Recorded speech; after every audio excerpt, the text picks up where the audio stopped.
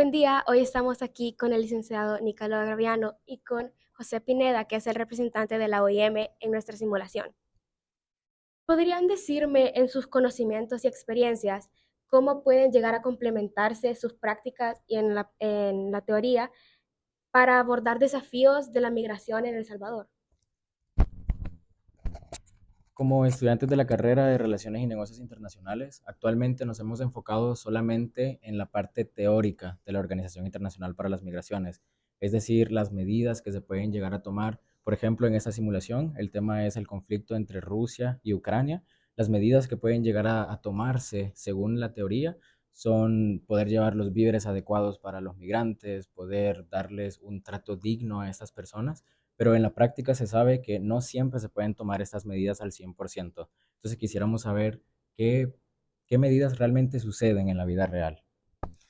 Claro, y nosotros de nuestro lado lo que podemos brindar es un conocimiento del terreno, de lo que está pasando, de los datos, de desplazamiento interno de las personas en Ucrania, del desplazamiento afuera de las fronteras del país y lo que está sucediendo en los otros países cercanos a Ucrania, cómo estos están brindando asistencia, protección a las personas desplazadas, cuáles son los desafíos, cómo se trabaja también con los donantes para levantar los fondos que nos permiten luego brindar la asistencia a las poblaciones que más lo necesitan. Entonces, este conocimiento creo que es complementar en este sentido y también en nuestra relación con los Estados miembros que conforman la OIM, allí podemos brindar conocimiento de cómo como OIM, como organismo, nos relacionamos con nuestros propios Estados miembros para brindar una respuesta adecuada a las necesidades de las poblaciones vulnerables.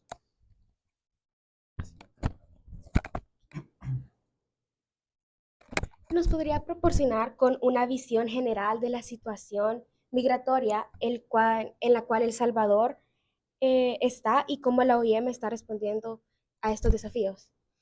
Desafíos y oportunidades, yo diría, porque cuando hablamos de migración siempre hay que considerar que hay de un lado algunas cosas que son más difíciles y otras que podemos aprovechar más. Entonces, históricamente sabemos que El Salvador ha sido un país de envío de migrantes, sobre todo de migración irregular, por varias razones, por falta de oportunidades, por violencia, etcétera. Entonces, sí, esto ha causado también olas importantes, volúmenes importantes de migrantes, no solo que salían del país, sino que retornaban al país, sobre todo de parte de Estados Unidos y de México. En los últimos años ha habido un cambio de esta tendencia, solo para darle una cifra. En 2019 eh, hubo unos 39,000 retornados de Estados Unidos o de México, retornados de manera forzosa. Y en 2023, 2024, estamos alrededor de 13,000, 14,000 personas retornadas. Entonces, esta cifra ha bajado, lo que nos puede eh, hacer pensar que la migración irregular hacia afuera se haya también reducido. Entonces, este es un tema. El otro tema es la migración de tránsito. El Salvador no está, digamos, en la misma ruta migratoria de los otros países en Centroamérica. Muchos migrantes, ustedes probablemente saben que muchos migrantes pasan por el Darién y luego suben por otros países, incluso Honduras y Guatemala, para citar únicamente los más cercanos a El Salvador.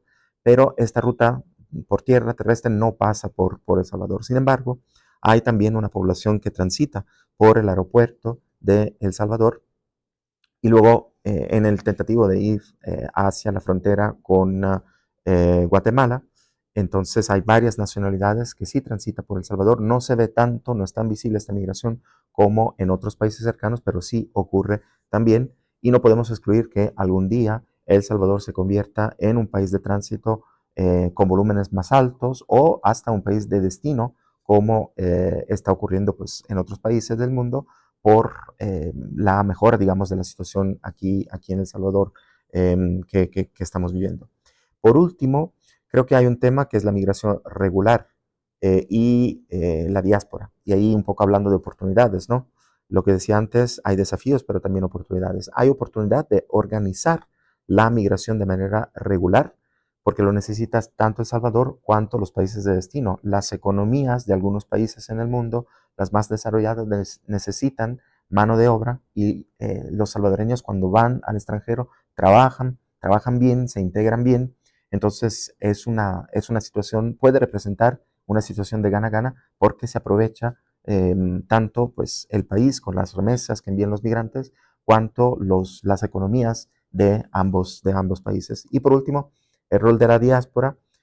Hay una diáspora de alrededor 1.300.000 personas salvadoreñas que viven en el extranjero, que no solo envían remesas, envían fondos cada día, cada semana, cada mes a sus familias, que son fondos importantes para la sobrevivencia, ¿no? de las familias para cubrir las necesidades básicas, pero también hay conocimientos de las personas migrantes afuera, de la diáspora, hay voluntad de volver a invertir al país, entonces ahí también hay una oportunidad para que se puedan crear situaciones de desarrollo impulsada por la diáspora salvadoreña.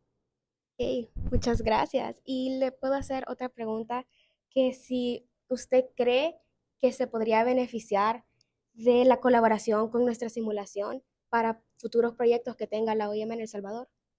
Claro, nosotros tenemos varios proyectos de diferente naturaleza, proyectos de fortalecimiento de capacidades de las instituciones salvadoreñas que trabajan en pro de la población migrante.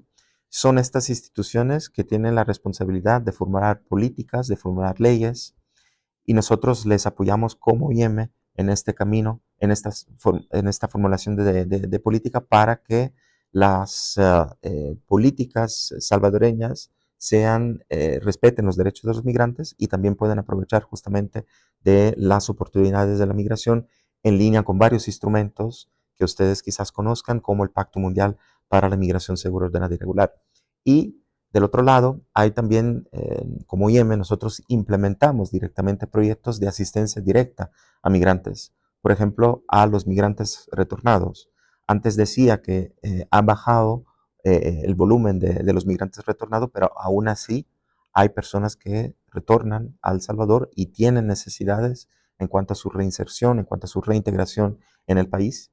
Entonces, ahí creo que se pueden crear sinergias con la universidad, sobre todo para conocer un poco más de su experiencia como jóvenes, cómo ven la migración ustedes, por qué todavía la migración irregular, que pone desafíos muy altos, sigue siendo atractiva para algunas franjas, digamos, de la población joven, y cómo nosotros podemos trabajar juntos para hacerles ver a los jóvenes cuál es la realidad y cómo formar a los jóvenes para que la migración no sea una necesidad, sino una opción y que se haga de manera regular.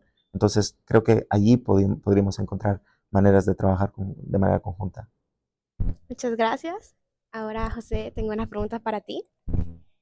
¿Cómo puede la experiencia global de la OIM en la ONU aportar valor a los esfuerzos locales que están en El Salvador?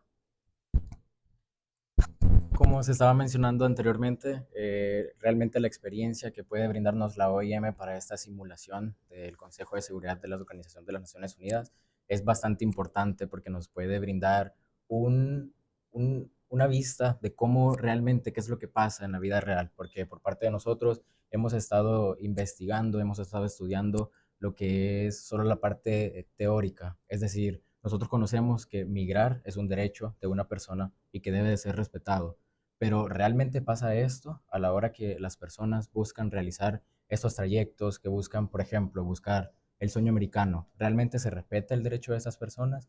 Por parte de nosotros hemos estado buscando esta parte teórica para que en el futuro, si nosotros llegamos a tener esta decisión de querer migrar, saber qué debe de cumplirse, qué debe de respetarse hacia nosotros, porque es la parte que hemos estudiado. Y según las lecciones que hemos visto de diferentes países, eh, ¿cómo podrían aplicarse estas lecciones y estas lecciones aprendidas a El Salvador en contexto a toda esta migración?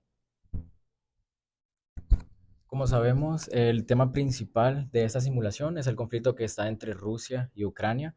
Quizás las decisiones que podrían acoplarse al país pueden ser las decisiones buenas que sí se han tomado en este conflicto. Por ejemplo, Aunque no se sepa muy bien, la mayoría de migrantes ucranianos buscan refugio en Rusia y Rusia ha tomado a bien brindar este apoyo y respetar los derechos que estas personas buscan. Por lo que podríamos acoplar en la situación de El Salvador, como mencionaba anteriormente el representante de la OIM en El Salvador, puede ser todas esas facultades, esos proyectos que tienen con el país para que puedan ser cumplidos y poder respetar todos esos derechos de los migrantes. Muchas gracias a ambos por estar en esta entrevista y estén pendientes que vamos a estar haciendo otras entrevistas.